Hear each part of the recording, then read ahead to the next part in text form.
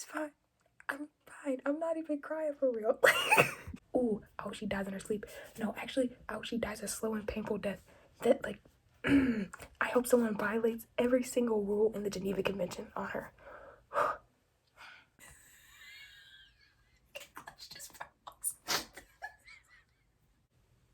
Oh, I wanna.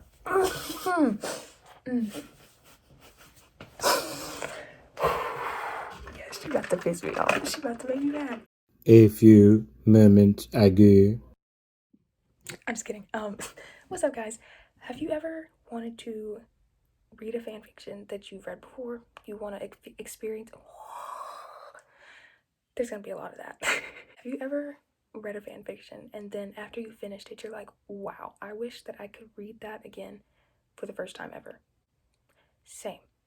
Same. But obviously, until the technology is available, that's not scientifically possible. However, we can live vicariously through other people, which is what I like to do. I like to watch people's reactions to fan fictions that I've already read and experience it through them. Like, I remember how I felt when I read that part, you know? There's not a lot of content creators that react to fan fiction and are like, this is my first time reading such and such fan fiction. And I feel like that's like an oversight on a lot of like fanfic and like fandom type creators' parts, because I would watch that. So I guess this is for whichever percentage of the 8 billion people on this planet that also like to experience other people reading fanfiction for the first time. This is going to be me reading Crimson Rivers by Bizarre Stars for the first time. I think it was either the name was changed or was moved to a different account, because now it's Bizarre Stars, but it was Bizarrio. Either way, I've already read a little bit of it. I had a series going. It had like 3 parts. It was on TikTok. Here's some clips of that. I was so shocked that my bonnet fell off. You see? Why did they kill Fabian? What did he do? Oh, so that's why it's called Crimson Rivers. That makes sense. I froze.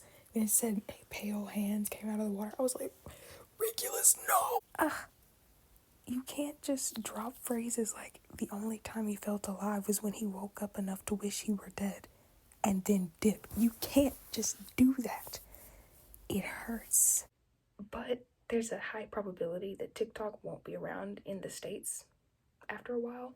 So I wanted to kind of pivot to YouTube, because not only do I not want to put all the effort into doing that on TikTok and then it just not be there anymore, but also I do like long form content better, where you can get the full scope of my reactions. Now, because I've already read like a good bit into this fan fiction for the TikTok series that I was doing, I'm not gonna go back and read it, because the idea of this is it's my first reaction to ever reading it.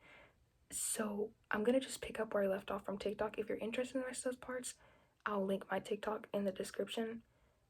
But as of right now, we are starting on chapter 29, because that is where I left off from the TikTok series. So I'm trying not to ramble too much, because this is already going to be a really long video. Important things, my AO3, my TikTok, and I think my Instagram will be in the description, as well as my Twitter. All of those social media things, look at that at your leisure. I guess it'll be linked down below. I'm really bad at this. But anyway, let's get started.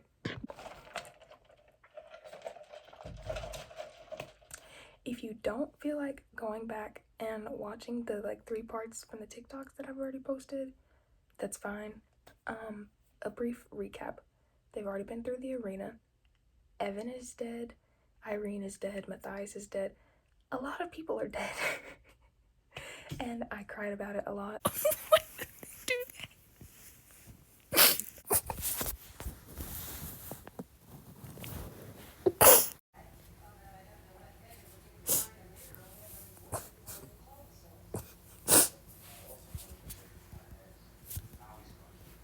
I'm so fed up with this. I'm so because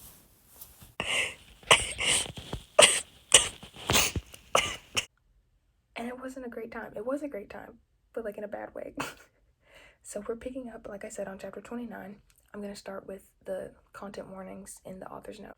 Hello all. Warnings for this chapter. References to past death, references to past child death, references to past violence, discussions about sex, some spice, heavily implied sexual content. I say implied because it's not exactly explicit, if that makes sense. Like, you absolutely know what's going on. Sex is indeed happening, but I didn't write it out like, okay, they're doing this and this, going here, etc., etc. And there's only light, vague descriptions of things that make you know what is happening, but without explaining in depth what's happening. I hope that makes sense. Anyway, I will be putting a helpful little tip in the end notes for those of you who would prefer to know when, where to skip, or skim read, which is, as always, very valid. I will not be skimming. We love smut over here. Anyways. I miss Fabian. Fabian's also dead, if you didn't know. Fabian did nothing. They didn't do anything. Why did they... Let me put my bonnet back on. Why did they... Why did they do that? This is gonna hurt. I don't know why I decided to do this. James murmurs as he tugs on the collar of his suit, his shoulder brushing Dorcas's, as she walks between him and Regulus, escorting them to Sirius and Pandora. Regulus is quiet and has been ever since he stepped out with Dorcas in the suit she chose for him. James has been left with two people to get him ready that didn't speak to him, very Hallow-esque in the worst way, in the way Fabian and Gideon never were and Dorcas still isn't. I know, me too, Dorcas replies. And when he looks over at her, the gaze she pins on him is piercing. Get into the habit of keeping that to yourself, James. You know what happened, James says, and he flicks his gaze to Regulus, who is frowning. You saw our conversation in the arena, when we talked about it, I mean. I just realized I probably should be reading this with a British accent, but I feel like it's kind of cringy. I'll try it.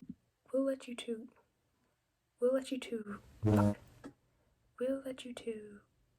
get settled, Pandora says, a reminder for what they have to do and how to act, what roles they have to play. She looks so fucking sorry about it, even as she nods at them and threads her arm through Sirius's, both of them whispering goodbyes and well wishes before they go. It's silent when it's just them, just James and Regulus. Noise so absent that it's somehow loud and echoing. It takes James a second to realize neither one of them are breathing. How are they going to do this? James doesn't want to do this. Everything in him hates it because he never wanted to be here again, just pretending. Sorry, I have ADHD. But anyways, while we take this brief intermission, can I just say the imagery and the figurative language used in this has on multiple occasions brought me to tears. Exhibit A. By the end, none of them knew how to fix what they'd already brushed under the rug. The shattered remains crackled under the foot until they grew calluses and learned to keep walking despite the cuts. Yeah. Like, certain aspects of how this is written just like cut me, and I don't have any other words for it. It's just beautifully written, and I'm obsessed. I just hate it, James confesses. Regulus nods slowly. I know. Believe it or not, that actually makes it all the more bearable. If it's worth anything to you, there's no one I'd rather be in this predicament with. That's worth so much, James whispers. And it is. And he doesn't even know what to do with that. He doesn't know how to handle it. He isn't used to Regulus being sweet. No, that's not the right word. More like he's not used to Regulus being even slightly open to the concept of them, that he doesn't scoff and respond with derision at the mere hint. James, I'm scared.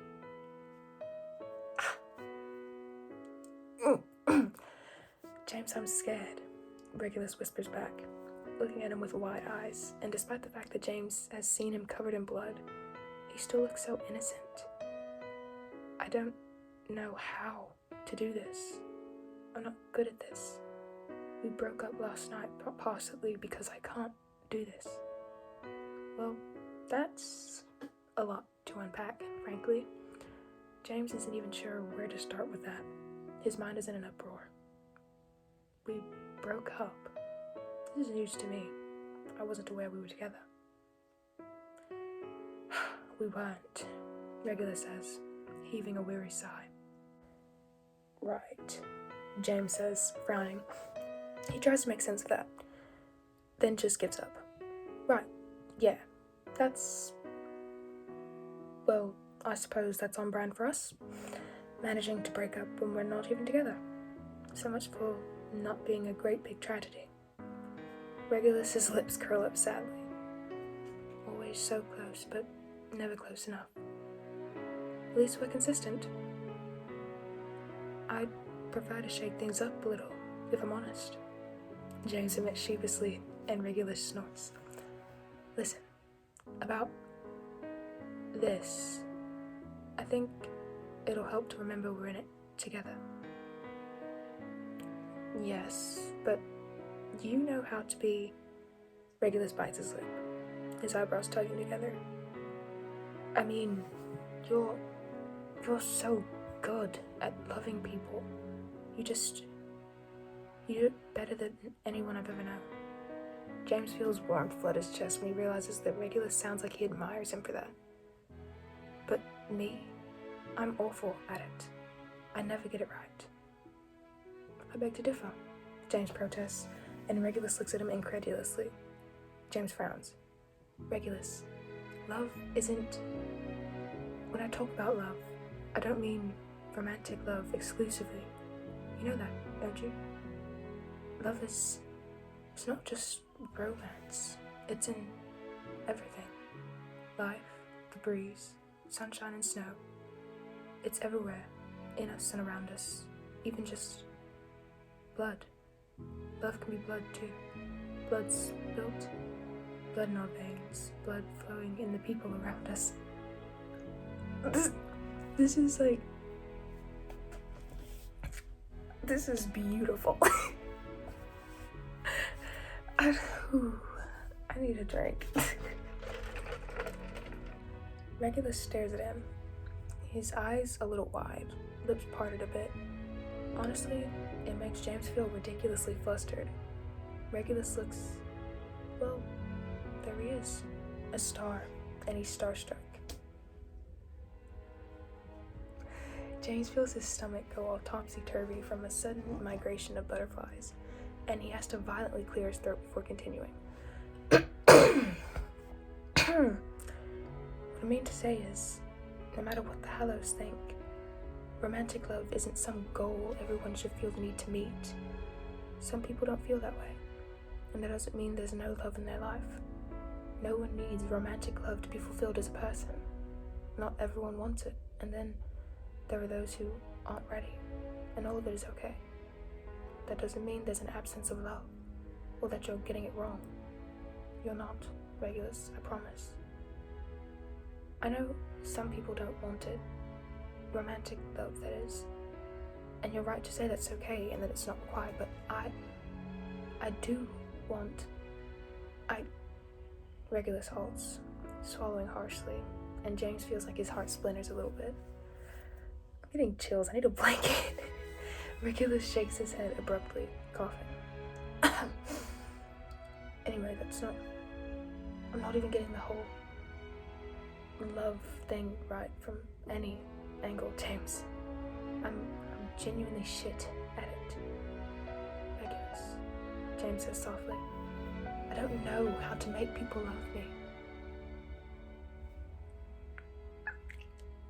I cried about this once before already.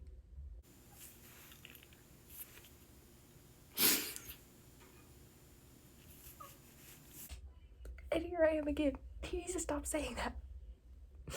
Hold on, I need a break. Actually, forget a break, because I accidentally read the next little bit of dialogue that it says, and I don't know how to love properly in return. I'm done. Okay. It's all good. I'm fine. I'm not fine, but...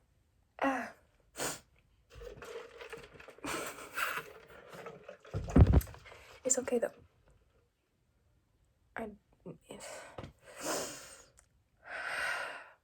Okay. I think you're being too hard on yourself, James tells him honestly.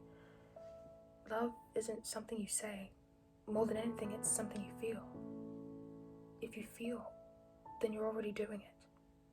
And you feel it, Reg. I know you do. If for no one else, then we're serious.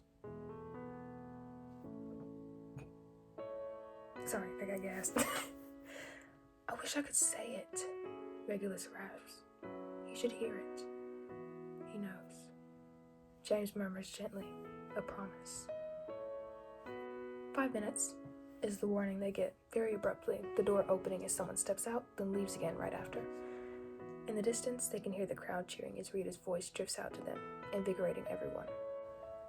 All the color drains from Regulus's face immediately, and he looks frightened in less than a second, utterly terrified, which wakes something up in James, a ruthless, protective instinct that stretches out in his chest, somehow making it easier for him to breathe, to be calm. James can do this. He can help Regulus with this and take care of him, just this once. He wants to take care of Regulus and get it right. James turns his back to the door, stepping closer to Regulus so he's all that Regulus can see. Then, at last, seems to help. Quietly, James says, "Can I touch you?" "You have to," Regulus whispers. "Not yet, so I'm asking, can I touch you now? When it's just us. When it's not because we have no choice," James insists, keeping his voice low. Regulus stares at him, then swallows. "No." James doesn't know if he's saying it just to be able to say it while he still can, or if he genuinely doesn't want to be touched, but either way, James is going to respect it. He'll wait right here until Regulus is ready, until he's okay with it. The hell will be damned. "All right," James says simply. He holds out his hand, not his cane. "Whenever you're ready, Regulus, and not a moment before. And that's all we'll do. Just hold hands. That will just have to be enough." "It won't," Regulus whispers. James holds his gaze. "Sucks for them then, doesn't it?" "Kiss me," Regulus blurts out. And James jolts, his hand twitching in the air. Regulus's face promptly turns red all at once. I mean, out there. I can do one kiss. A small, short, preferably. At least once, James. If you're okay with that." "Are you okay with that?" James asks quietly. I think you're the only thing I'm going to be okay without that," Regulus tells him softly.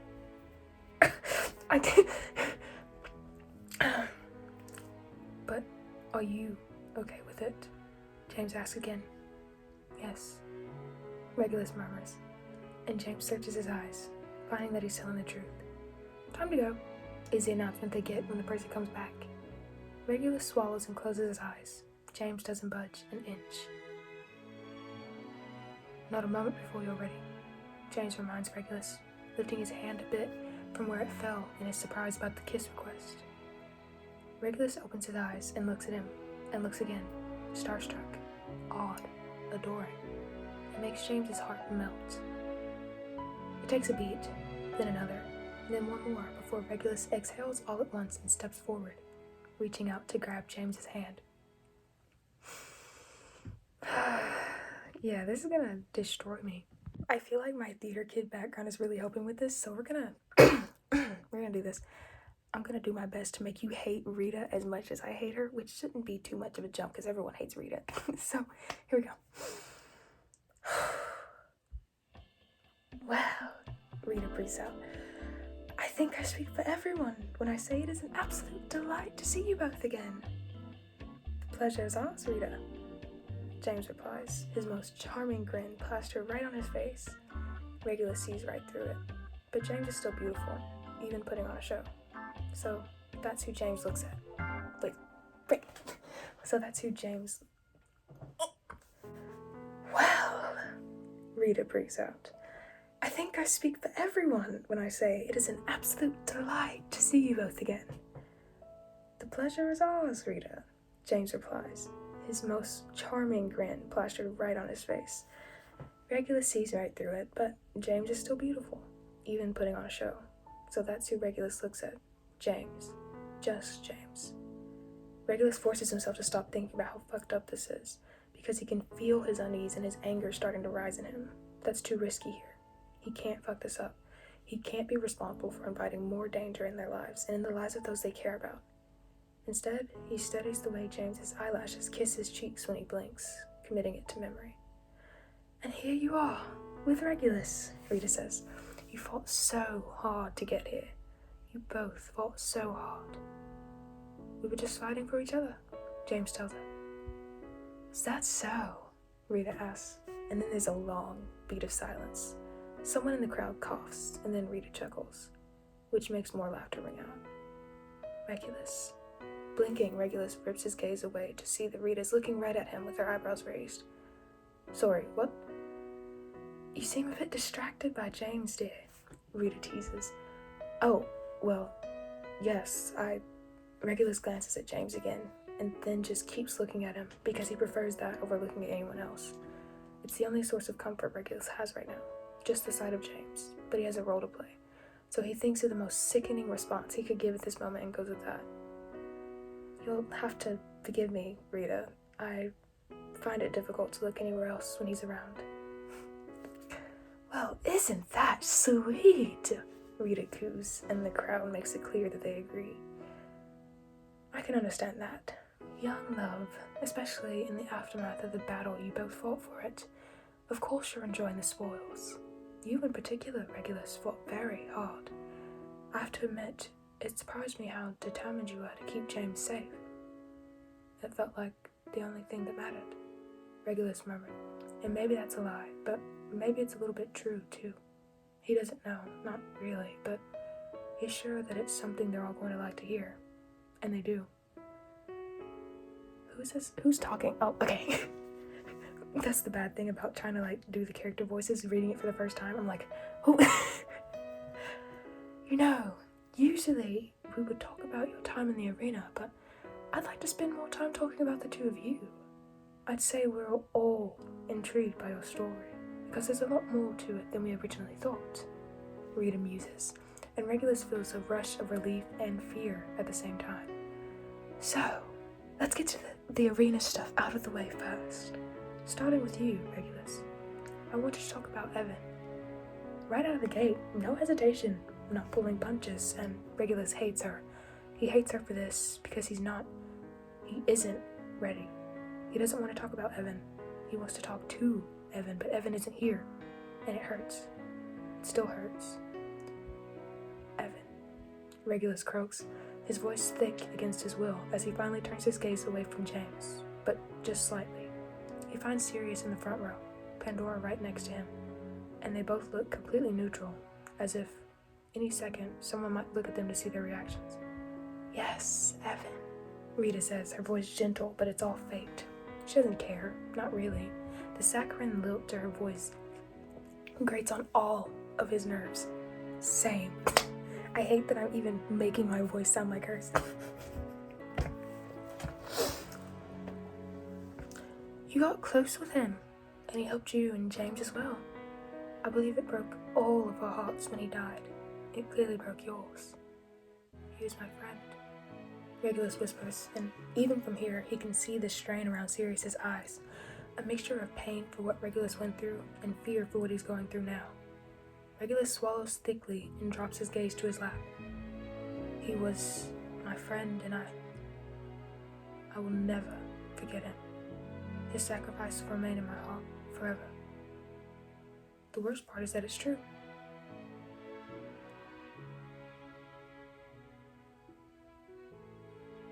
I need another break. Anyways, I'm gonna continue right where I left off. I had to take a cry break. Here we go.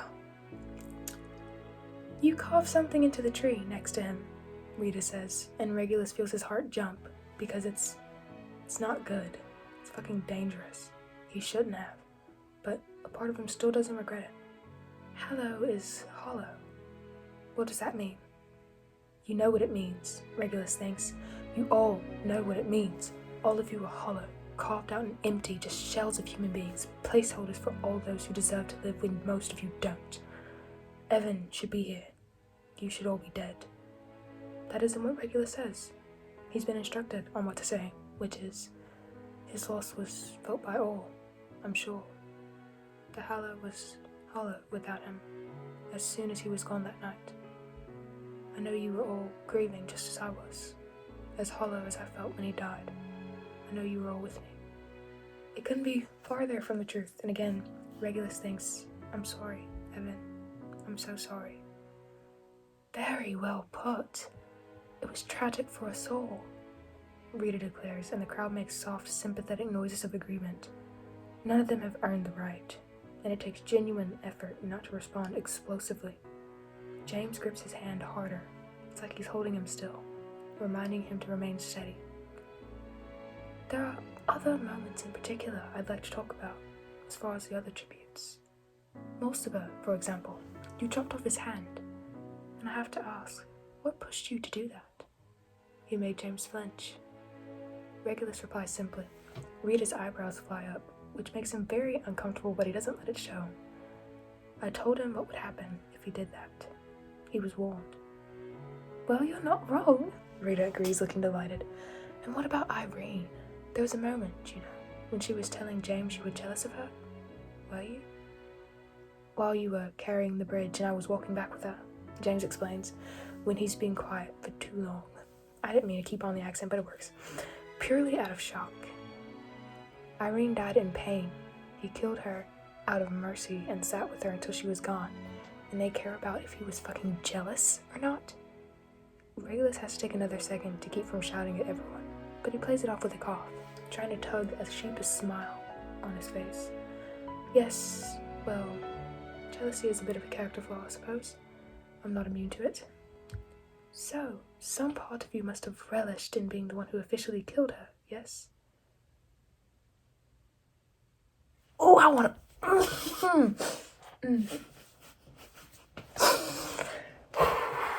Yes, she about to piss me off. She about to make me mad.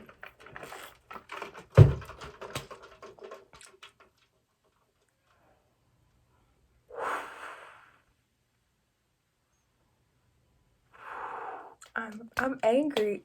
Why would she say that? I mean, I know why she said it, but like, she put square up.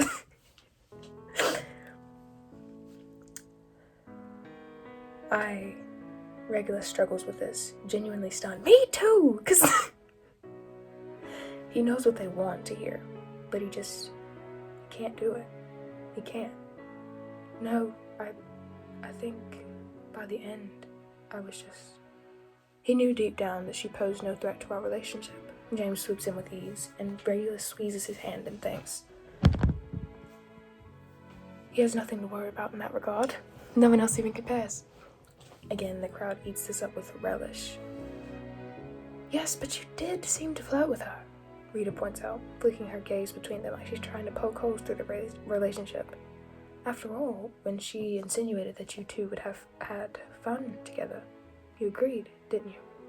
I did, James admits calmly, approximately 5 seconds after informing her that I wasn't interested, because the only person I'm interested in is Regulus. Period.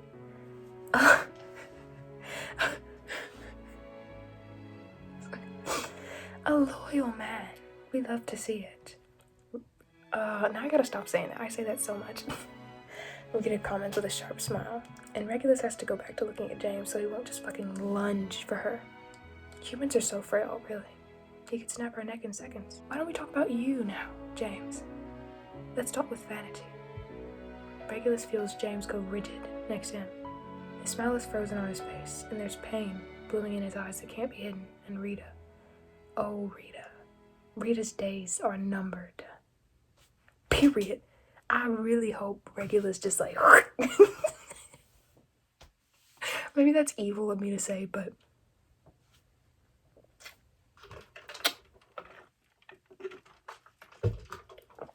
I can't keep on reading just every single thing or this video is gonna be like 10 hours long. So, brief spark notes of what just happened. James went vanity and then got really fucking sad. And so, Regulus like leaned his head on his shoulder, being all cute and, you know. Do you hear my wrist pop? And so everyone was like, ooh, ridiculous, me too. And so then James is like, he has to take control of the situation before Rita takes control of the situation. Good on him. Here we go. Yes, Vanity was a hard loss, James announces, and the crowd dies down immediately. I can only hope that in her last moments I brought her a sense of comfort. Knowing her for the short amount of time that I did was one of the best things that's ever happened to me. And like Regulus with Evan, I'll never forget her, and I'll carry her in my heart forever. James tries to figure out if that's true or not. A part of him feels like it is, because he doesn't regret knowing Vanity, but at the same time, he's still so devastated by her death. He wishes he could have saved her. He wishes. It was so sad that Hodge killed her. A boy she fancied too, which makes it so much more tragic. Rita muses, clicking her tongue. Is that why you killed him, James? To avenge her? Oh my gosh, it's literally critical thinking skills. He literally said while he was in the arena, I didn't mean to do it. He was on screen in front of everybody. And now she's trying to twist the narrative that they all watched. They all watched him be like, I didn't mean to kill him. He was just so light and all that. I hate her so much. I hate her so much. I hate Rita Skeeter with a burning passion. She's never done anything good. She's not worth anything. Ooh, I hope she dies in her sleep. No, actually, I hope she dies a slow and painful death. That, like, I hope someone violates every single rule in the Geneva Convention on her. So I can't read this out loud because I'm gonna get angry. Now she's talking about Peter, and she's like, you didn't see it as the audience saw it, but he went and sought out the Death Eaters. He became them on purpose. And James is like, he was just wanted to go home. He was just trying to survive. Yes, but here's my thing. And I said this before. I'll put the clip. Oh my god, bro. I can't go. Can we go 2 seconds without Peter Pettigrew just showing up to ruin everybody's lives? Like, and I love Peter in a lot of Marauders fan fictions. But why, in every situation where James Potter's life is on the line, he's like, I trust Peter Pettigrew. When will you learn? Every time. Every time. So I don't have any sympathy for Peter. I mean, I do, because, like, he's at oldest 25 in this, and he just wants to live. Everyone in there just wants to live. They don't have any control of that. But James was his friend. And what did my man Sirius say in the books, and I think in the movies? I haven't watched the movies in a long time. He's like, then you should have died. He should have just died. Although I will say, in the end, he kind of redeemed himself, because he was like, I can't bear it, and then he fought Bernice instead of killing James. So, like, he did kind of redeem himself a little bit, and I can rock with that. But also, I don't have that much sympathy for him and the choices he made, because he did make them. They were choices. Like, he didn't have a choice about the position he was put in, but he had a choice about how he responded, and he took the wrong choice. I feel like that's fair. Anyways, continuing on. Ah, well, love does have that effect, Rita agrees, chuckling with the crowd. All right, we'll get to the good parts then. As if those that have died are just on a checklist that she rushed through because no one cares. Not really. It makes James feel sick. Me too. I want to talk about your history. You two were holding out on me.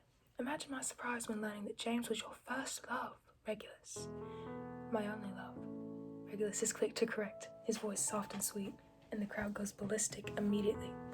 Rita grins. Your only love, then. Very sweet. You two are just adorable, truly. Go on, give us the scoop. Tell us more. Well, Regulus says slowly, it's like I said in the arena. I used to have a very embarrassing crush on James for about 5 years. I took one look at him and, honestly, I never stood a chance. James could tell. You were very obvious, love, James teases. Regulus flashes him a quick smile, but his gaze is sharp, which makes it clear that this is still a sore subject for him. James doesn't think Regulus has any reason to be embarrassed, but of course Regulus doesn't see it that way. I know. Looking back, it was really mortifying, actually. I was besotted. Did Sirius know? Rita asks, always the one with the hard questions. Oh, she's evil. James does not like her. Period, James. Me either. About my crush? I don't know. Sirius, did you know? Regulus calls, leaning forward to look out at Sirius, who slaps on a grin as soon as all eyes turn to him. Well, that's one way to handle that question. Let Sirius handle it. Sure. James didn't even consider that, but Regulus has the mindset of a little brother, so James figures that makes sense. That's funny.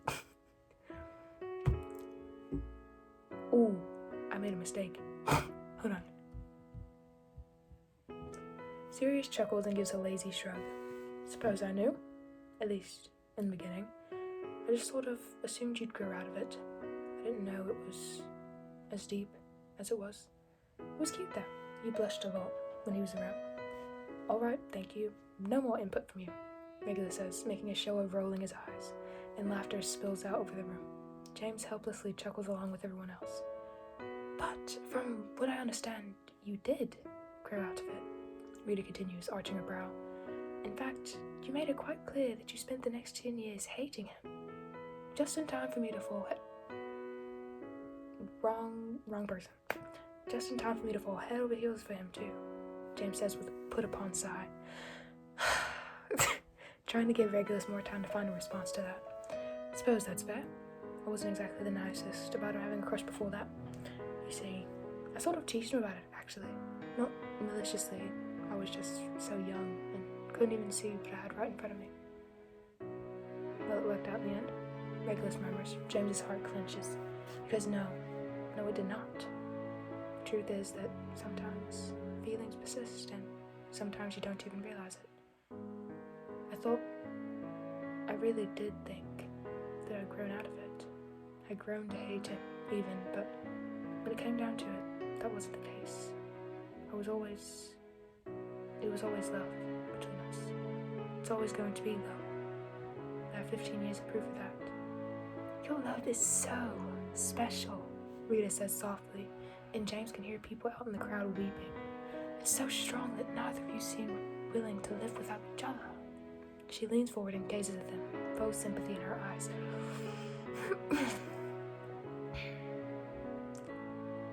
I know this will be hard for both of you, but let's revisit the moment when the world changed for the second time.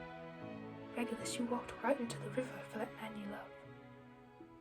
James, you were planning to die if he did. Tell us about that. I didn't want to be without him. All I could think about was getting him back, James whispers, and a few people gasp softly. Nothing else mattered but him, having him again. The thought of losing him. His voice helpfully crackles in his throat, and he lets it. He gives in to the fear, the desperation, letting everyone see it. I couldn't bear it. All I wanted was to be with him, for us to be together. Of course, James, of course, Rita agrees gently, her gaze returning to Regulus. And you? I felt the same way, Regulus says, and it comes out so earnest that it almost circles back around into performative. James presses his leg into Regulus's a little more firmly. More. There needs to be more. Excuse me. Regulus doesn't bother to disguise the way his breath shakes on his exhale. Then he gives them more. Plenty more. It felt like I was dying, because he was. I just wanted him to be okay. I realized then that there was no home without James. He's my home. So I would never have a home if he died. I didn't want to go up without him. The crowd is a mixture of soft sighs and soft sobs, but James swivels his head to look at Regulus, who is already looking at him. James doesn't mean to, but he finds himself searching Regulus's eyes, those eyes of his. James knows them so well, and he can see the truth in them. Regulus wasn't lying.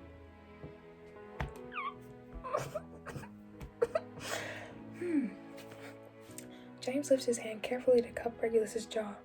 and Regulus doesn't hesitate to turn his face up into the kiss that James very gently brushes over his mouth. It's innocent, sweet, really, barely even there, and it only lasts seconds. The crowd still goes wild. The crowd, I hate to say it, but the crowd is me. Rita draws back, looking pleased. Well, you two are just lovely, aren't you? We love your love, don't we? She laughs and looks out of the crowd. That sounds like something she would say, but that doesn't mean that I like it. She laughs and looks out of the crowd. Everyone absolutely losing their minds in support and delight. It baffles James that they could be so invested in romance, so moved by love, yet so indifferent to death, to pain, to all the wrong in this system only they benefit from. Rita quiets the crowd, then focuses back on them, beaming. So, I suppose my next question is one we're all eager to know. What's next for the two of you? Regulus's voice is so soft when he says, I think we'll go home and share a bookshelf and...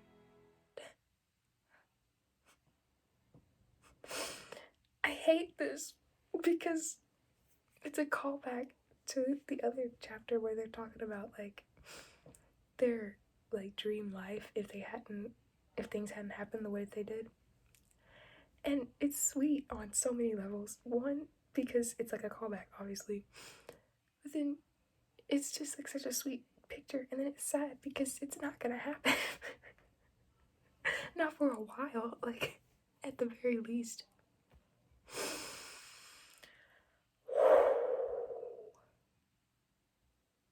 I'm okay. I'm gonna try again. Regulus's voice is soft, so soft, and he says, I think we'll go home and share a bookshelf and dance late night by the fire and make up for lost time. James's eyes flutter shut as he listens to Regulus describe the other life they never got to have, the one where they're not a great big tragedy. For 1 second, he lets himself pretend that that's what they're going to do, wrapping the comfort of it around him like a blanket, even though that's not what's next for them. It should have been. They deserve that after everything, and yet it's not. Just because it's not what comes next doesn't mean it's not in their future at all, though. Maybe one day they'll get there.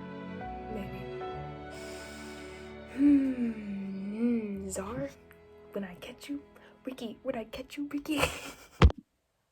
James sighs. I'm not blaming you, Sirius. I just don't think that Regulus will do that. He and I, well, we broke up. That's what he said in any case. You were together? Sirius asked, startled as well as a little offended that he wasn't at least notified. When the fuck did this happen? No, not at all. This was news to me too, just don't feel bad. James shakes his head and throws up both hands, a mixture of fond and wry and exhausted. To tell you the truth, Sirius, I haven't a fucking clue what's going on in your brother's head half the time. But, apparently we broke up, so that's just... well, it's shit, isn't it? Sirius opens his mouth. You have to agree and be there for me, because I'm your best friend and I've been dumped without even being in a relationship, which is so sad and pathetic that I don't even know where to begin, so you are contractually obligated to feel sorry for me. James interrupts before he can ever speak. I love them. Also, that's such a Regulus thing. It's like we were never together, but we broke up.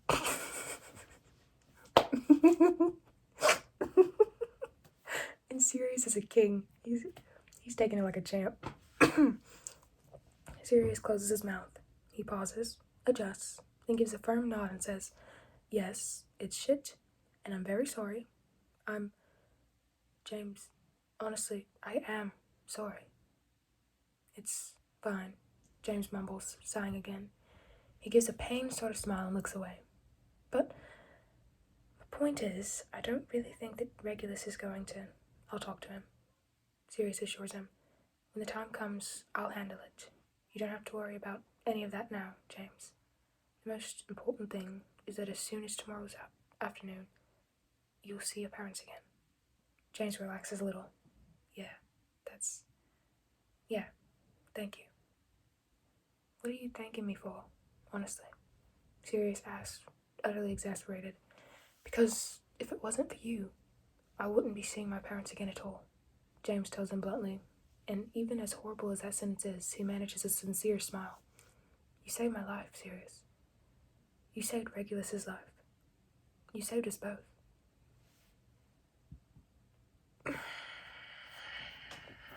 This is sick. This is sick and twisted. It hurts. In an effort to save storage on my phone, because I am recording on my phone, I stopped recording and just kept reading because I was trying to find like a good pickup place to get like the highlights, and I accidentally hold on. I'm just gonna read it again. It's basically Sirius helped James take out the contacts and give him his glasses. James is like, "Do I look stupid?" James blurts out, sounding absurdly anxious, more insecure and nervous than Sirius has ever heard him. Sirius remembers when he got home and was so afraid his leather jacket wouldn't fit the same way before he went to the arena. He remembers crying profusely when it did. "No, James," Sirius whispers. "You look like you." James exhales slowly and reaches up to push his glasses up his nose, chewing on his lip. "They don't feel as strange as I was expecting them to. You've been wearing them your whole life." Sirius reaches out and taps the corner of the circular frames fondly. "No matter how it may seem, the arena and the Hallow and all of this isn't going to erase everything. It can't. Even with me, it never could. As much as it can take from us, there are some things that we'll always have." "What's yours?" James asked curiously. What's the one thing it never managed to take?" Sirius smiles at him, gently. "You." "It's fine. I'm fine. I'm not even crying for real." The next day. Hello. As you can tell, some things are a little bit different. After last night, I had to stop. I needed a long break, and by long, I mean I went to sleep, and then I got up and went to work, and then I came back to finish this because it was too much. But while I was on my lunch break, I was like, you know what? If I'm going to take this seriously and put effort into anything, I'm going to go all the way. Even if this doesn't like take off the way I want it to, I still can't say that I didn't put all my effort into it. So got me some better lighting. I have these as well. I'm going to set these up tomorrow probably. But for right now, we have more aesthetically pleasing lighting, and I look great. Oh, I dropped the remote to this thing. But yeah, we look nice, I feel nice, so we can get back into the story. Right where I left off, I just wanted to point out, like, new setup. How we feeling? I guess, I don't know. This is a different Sonic drink. I'm addicted.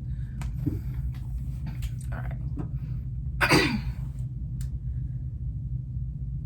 I'd never leave you. Not really. Even if I was. James stops, then reaches out and presses his balled up fist to Sirius's chest, right in the middle, right between his lungs. He doesn't press hard, but Sirius feels the pressure anyway, and he welcomes it. It settles him. "I'm always with you, Sirius, no matter what." "Fine, yes, I'll marry you and have your babies," Sirius says with a put-upon sigh. Pretty much, yeah. Breaking out into a grin when James is startled into laughter, dropping his hand as his eyes light up. It's the first time James really laughs, since returning from the arena, and Sirius just soaks it up, letting it warm him all the way through. It's not that he forgot how nice it is to see joy on James's face. It's just that he hasn't seen it in so long. He's missed it. He really has.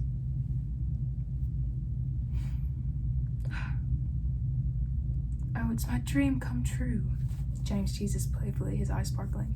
"I mean, both black brothers?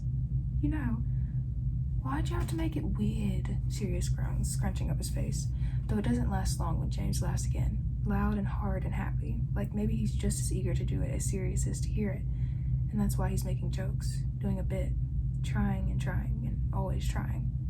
James laughs so long and so fully that he just slumps over on his side and curls up on the floor, apparently needing to take a minute to catch his breath. Oh, fuck, I needed that. You and me both, Sirius murmurs, his lips curled up. He didn't really laugh that much, too caught up in his relief seeing James laugh, but the statement still stands. Come on, get up off the floor, you freak. At least lay on your bed, for fuck's sake. Feels too soft, James mumbles, and I don't want to sleep alone. I'll come back after talking to Remus, Sirius offers immediately. James bolts upright, jaw clenched. You will do no such thing. You can come after Remus is gone for the night, but not a second before. I'll be fine waiting. James. No, Sirius. I will be fine. And you deserve to spend... I dropped the accent. This is hard. It was easier last night. You deserve to spend time with him, okay? He deserves it. Just, I don't know, have sex with him or something. How? Sirius rears back, eyes bulging as he sputters in disbelief. Sorry, what? Oh. James bites his lip. Are you two not there yet? Sirius blinks at him. I mean, we almost, it's mortifying, but Sirius can feel his face getting hot, his ears burning. He feels stupid, like a modest little prude who starts squirming the moment anything hinting at sex comes up, which is ridiculous because he's never like this in front of, he's only like this in front of people who know him, really know him, and what he presents to everyone else, that's not real. It's a facade, a performance.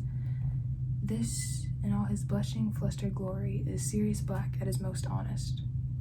You almost had sex, James asked bluntly. Unlike Sirius, he has no such issues. He's a total whore. Sirius says that about him. Sort of, form of it. We stopped before it went anywhere, and we didn't even get out of our pants. Sirius admits, covering his face with his hands.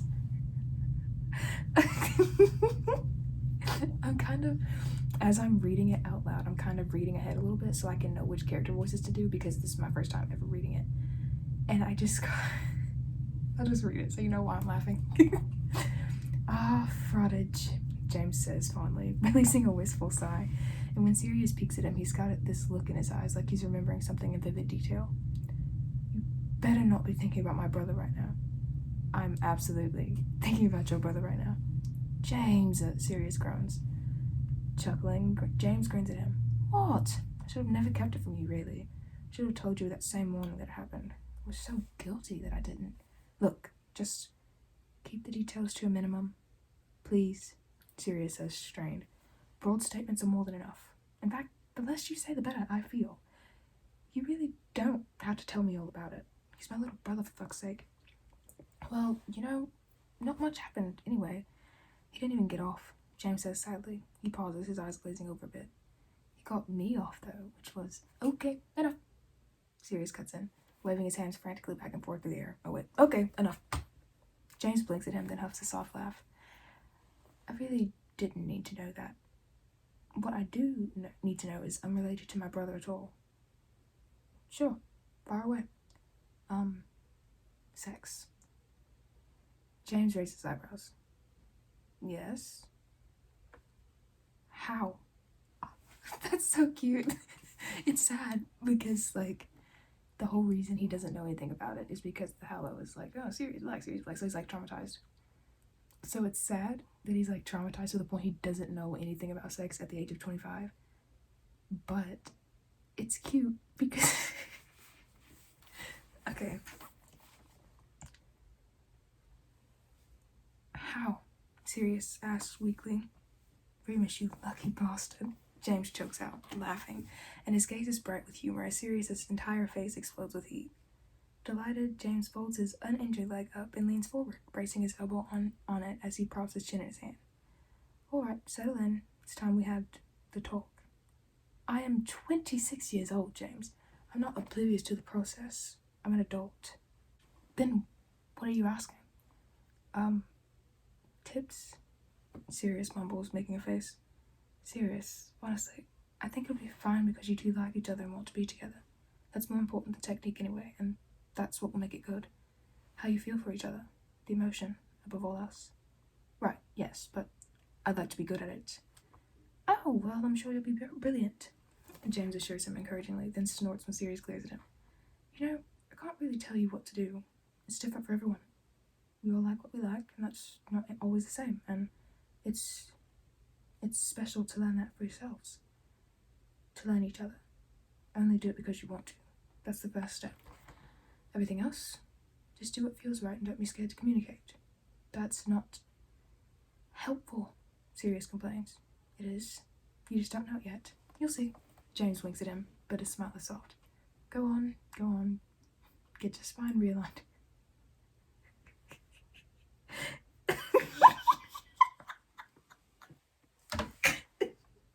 Ah, that's funny. Hold on, I gotta reread it because I read it wrong. It is. You just don't know it yet. You'll see. James winks at him, but his smile is soft. Go on, go get your spine realigned.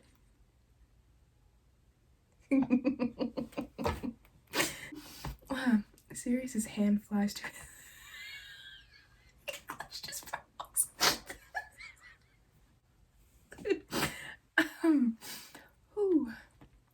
Sirius's hand flies to his throat instinctively, like a woman clutching at her pearls, staring at James, utterly aghast as he wheezes, Get my fucking what? Or, you know, realign his spine? James muses thoughtfully, his eyes gleaming with laughter. Whatever suits your fancy, and his, I suppose. You're filthy, Sirius hisses at James, laughing again, covering his mouth with his hand. You're a dirty, dirty man, Potter, and I do not want you anywhere near my baby brother. Oh, the first chance I get, I'm going.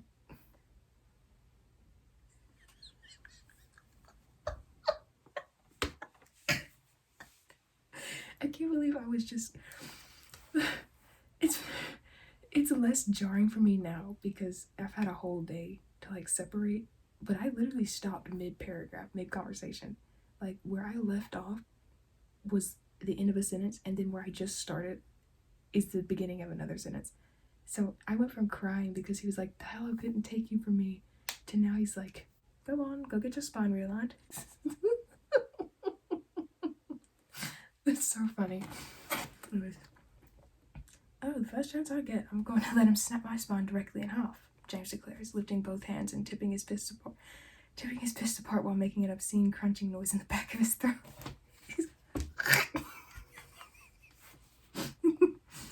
The look of pure horror on Sirius's face makes James bust out laughing all over again.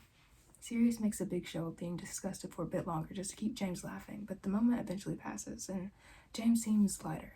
Just a bit, at least for now. It's probably a lot of different things. Getting to laugh, knowing he'll see Effie and Monty tomorrow, even just the knowledge that Sirius is probably having sex for the very first time because he wants to. Because he's at a place that he's comfortable. Because he trusts Remus enough to do it. Speaking of my brother, Sirius says once James has calmed down, I'm going to check on him now, but I'll be back later. If you can walk, James teases. Slag, Sirius grumbles as he stands up. Prude. James shoots back. He pauses, then tilts his head a little bit. Hey, you saw Dorcas, yeah? Yeah. She told me to ask you. She, kissed my hand. She said you know what it meant. Oh, yes, that thing. It's common in the Hallow to kiss someone's hand if you hold them in high regard. It's a sign of admiration, Sirius explains. Oh, James says, blinking. That's strangely lovely. It can be, Sirius agrees, lips curling up. Right, James murmurs. Thanks. Now, go on. The sooner you leave, the sooner you get off. I expect all the details.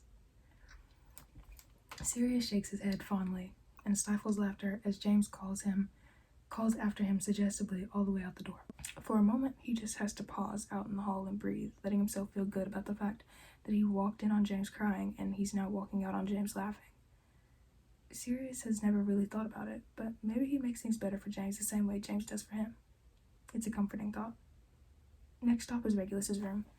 He knocks before poking his head in, wholly unsurprised by the fact that Regulus is out on the balcony. Sirius knocks on that door as well before easing out, and Regulus slowly relaxes when he sees him, which is something that causes a tender flare in Sirius's chest every time. It's good to know that he's safe for Regulus. It's been years since that was the case, and Sirius has missed it. Did we fuck it up? Regulus asks warily. The interview? No. You and James did perfectly, Sirius assures him.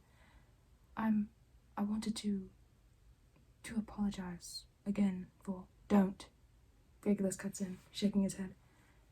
It's not your fault, Sirius. I don't blame you. I know James doesn't. Everything in me wishes I could have stopped it, Sirius confesses.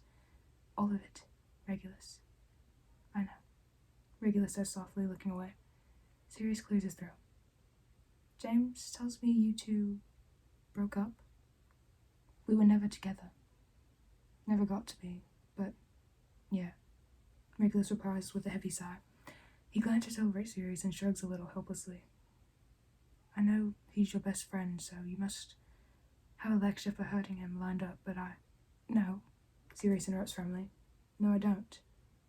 There's no lecture, no threats or warnings or anything. Not for either of you.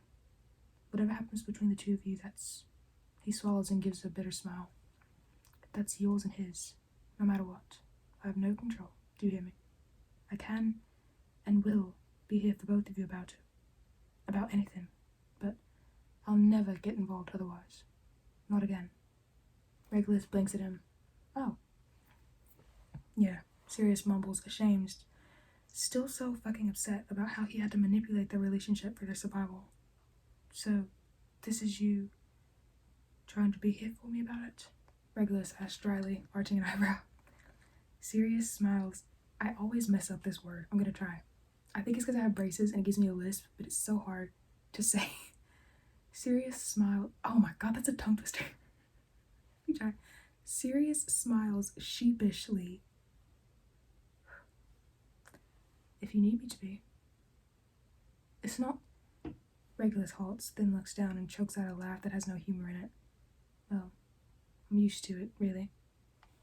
Reggie. Sirius says... Oh, shit, I said it wrong. Sorry, this is a serious moment. This is a serious moment. Reggie, Sirius says quietly, utterly stricken. Everything and nothing has changed. I want him and I hate him. He wants to try and I'm not willing to. Always so close. So fucking close, but never... Regulus whispers, squeezing his eyes shut and then lifting his hands to cover his face as his shoulders heave. The muffled sob breaks Sirius's heart. Hey, can I? Sirius launches forward to kneel down by Regulus's chair, hands hovering over him, and it's taking quite literally all the strength within him not to just snatch Regulus into his arms and hold him. Is it okay if I... Regulus doesn't let him finish, just sort of spilling to the side and bumping directly into Sirius's chest, ducked down and curled over in on himself, like he's trying to fold himself up until he's just gone. He's so small. He's 5, he's 15, he's 25, and Sirius's little brother. Always his little brother. Sirius wraps his arms around Regulus and holds him.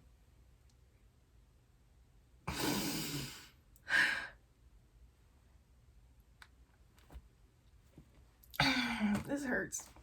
It hurts. I need a minute. I don't know if you can see. Can I, like... It's not gonna let me zoom in. Okay, well... But, like... Like, I swear to God, I'm not faking this shit. It's so sad. Okay, and now I feel like there's definitely about to be, like, some action, you know? So, gotta get ready for that.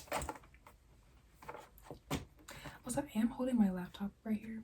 Like, she chilling, just out of frame. That's why I keep looking down. Ew. Remus looks up when the door opens, his heart jumping and sinking all at once as soon as he sees Sirius. Why is there so much alliteration? I can't... Look, choose any other letter. Stop with the s. I can't. I have a lisp. Anyways, Remus looks up when the door opens, his heart jumping and sinking all at once as soon as he sees Sirius, somehow trying to shrivel up and expand all at the same time. Sirius is here, and tomorrow he'll be gone. Hi, Sirius whispers as he shuts the door. Hi, Remus whispers back. Sirius swallows. The calm... I'm like 12, okay? 19, but I'm 12. Sirius swallows, the column of his throat rising and falling as he takes a tentative step forward. Maybe this is unfair of me to ask, but can we not say goodbye tonight? Can we have just one night where nothing is wrong? Can we save all of that for tomorrow and just have this us now? Remus exhales slowly because he's relieved. So inordinate. So inordinate. You know what I'm trying to say. Relieved to put it off for just a bit longer. He's not ready yet. He doesn't want to lose this yet. Yes, of course we can, Remus murmurs. I want you to know that. Sirius takes a deep breath and gives him a small, sad smile.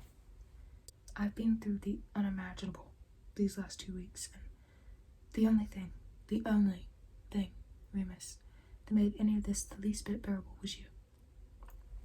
I would not have known a hint of relief or a slice of joy if I did not have the pleasure of knowing you. Well, that certainly sounds like goodbye, Remus scolds, his voice thick with a lump in his throat. Me too, you hear that? I just want you to know that. Perhaps I was the one to insist you take off the mask, and perhaps I was the one to grant you the space to live with basic human rights anyone and everyone should have. Sirius croaks. But in truth, Remus, it was you who freed me. There's a train going by. Stop, Remus rasps because he can't do it. He feels dangerously close to tears, his eyes prickling with heat, and he doesn't want to cry. He doesn't want to waste 1 second with Sirius in mourning because he hasn't even lost him yet. He can cry later, alone, when there's a reason to.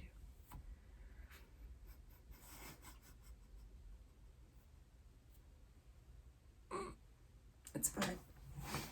Let me adjust. Ouch! I hit my ankle. But right now, Sirius is here. He's still here, and Remus loves him dearly, dreadfully, with a defiance that makes his heart sing. It is only fitting that he would love so deeply what he cannot keep, and it is a selfless, gentle sort of passion that will haunt him, an echo of an empty house he doesn't have the promise of ever getting back to, one he will always crave the comforts of all the same. He looks at Sirius and wishes to cook a meal and fold laundry with him, lock the door behind them as they lay down to go to sleep. Ignore the storm that rattles the bones of the house because eventually they will break. Just not yet. Please, not yet.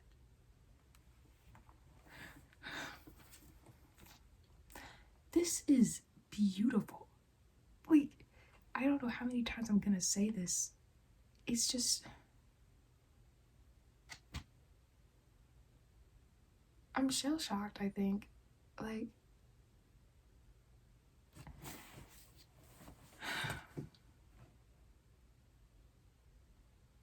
I don't even know what to say.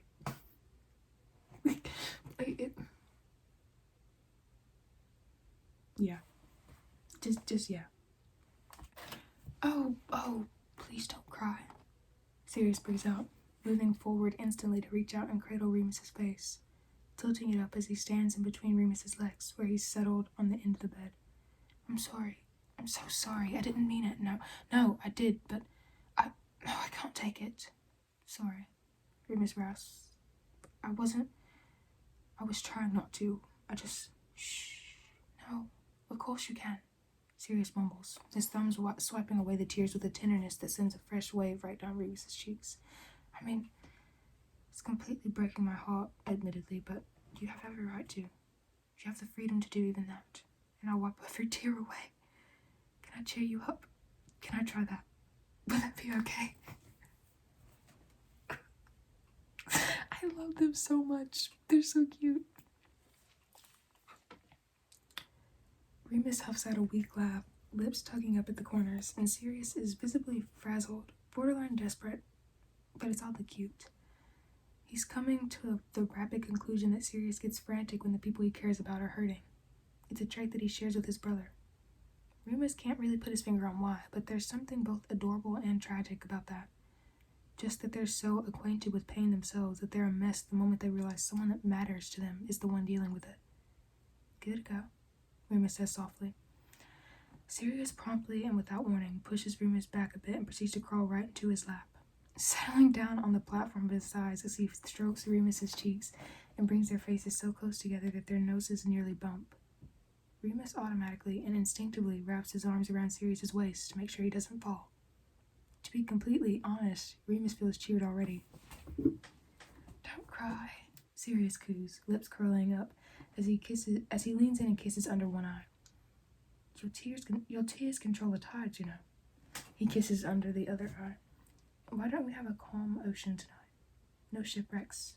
Nothing less than a sunken ship. But that's where all the treasures are, Remus teases, smiling along helplessly, and Sirius looks pleased instantly. You're a treasure, Remus Lupin.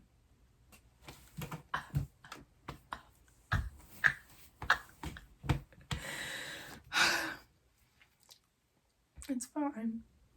It's fine. I'm not gonna cry. I'm not. I'm gonna put on my big girl panties and just be chill. I'll be chill. I can do that. I read the next bit of dialogue. Damn it. It says, "You're a treasure, Remus Lupin," Sirius murmurs, pressing a kiss to the corner of his mouth. My treasure. The treasure I found in this sunken ship of a city. You glinted in the dark like the moon lights the sky. And I found you. So I'm yours then, Remus whispers, eyes fluttering shut as Sirius brushes their mouths together. Really, he shouldn't be so enticed by the idea of belonging to anything or anyone, considering his position, but the mere idea of belonging to Sirius shoots a thrill through him. Mine, Sirius agrees. All mine. I'm not gonna do it this time. I can only burst into song once every video. Once. I used it up already. There's something heady about Sirius's tone, the undercurrent of possessiveness in it. Something resolute and set in stone, indisputable, and Remus believes it. Something within him surges up in wild agreement, and it's true. The Hallow can't have him. Sirius has him. Remus is his. Remus has nothing. Has had nothing for 5 years. No possessions and nothing to claim, so he can't be blamed for losing his breath when Sirius leans in and whispers in his ear, "And I'm yours. I'm all yours, Remus. Only and always."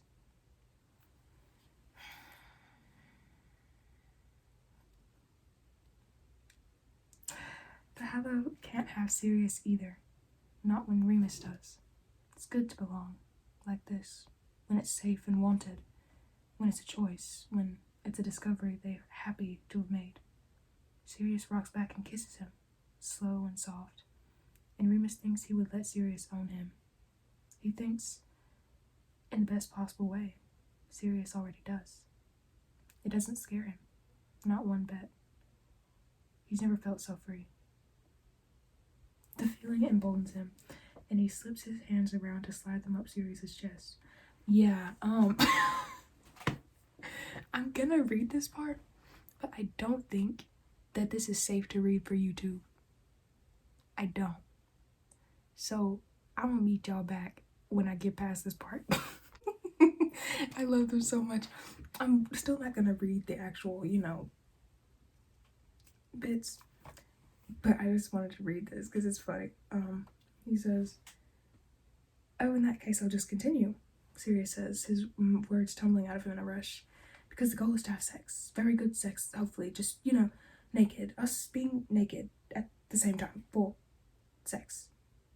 "Serious," Remus replies, working very hard not to laugh, because Sirius is so red that it looks painful. "That was a very bad way to suggest sex. I'm so sorry. Serious announcers looking mortified.